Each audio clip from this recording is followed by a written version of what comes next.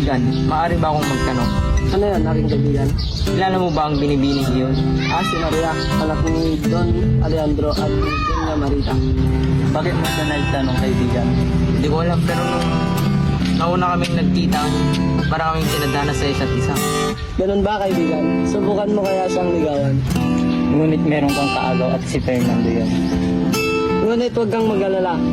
Dahil tutulungan ka namin. Di ba, Lito? Oo.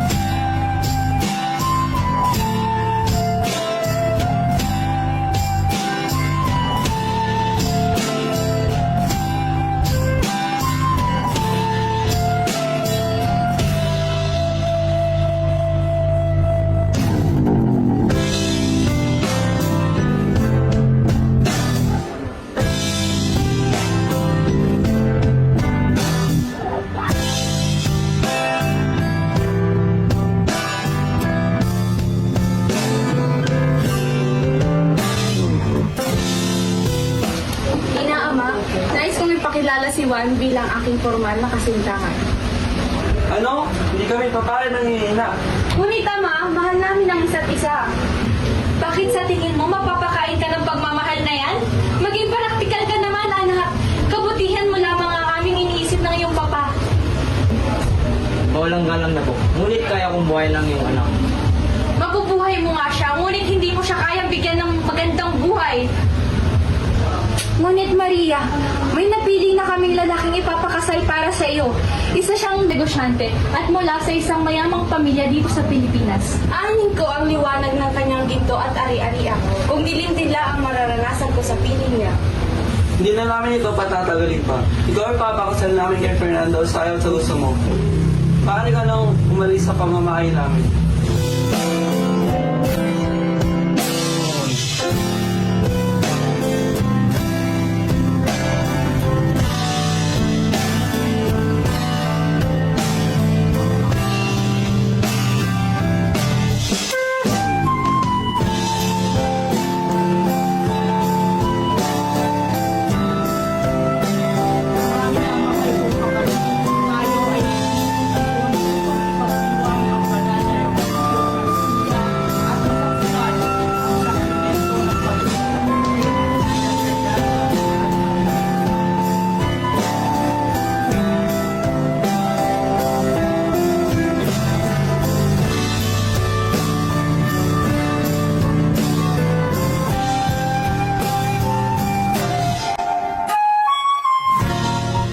Paalam ba?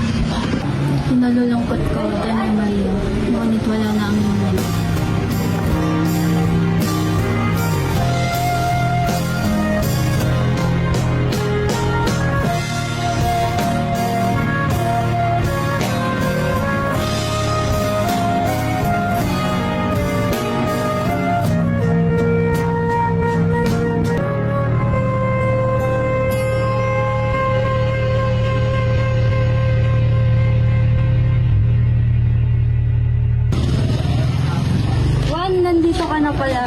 Kinalulungkot ko, ngunit wala na si Marie.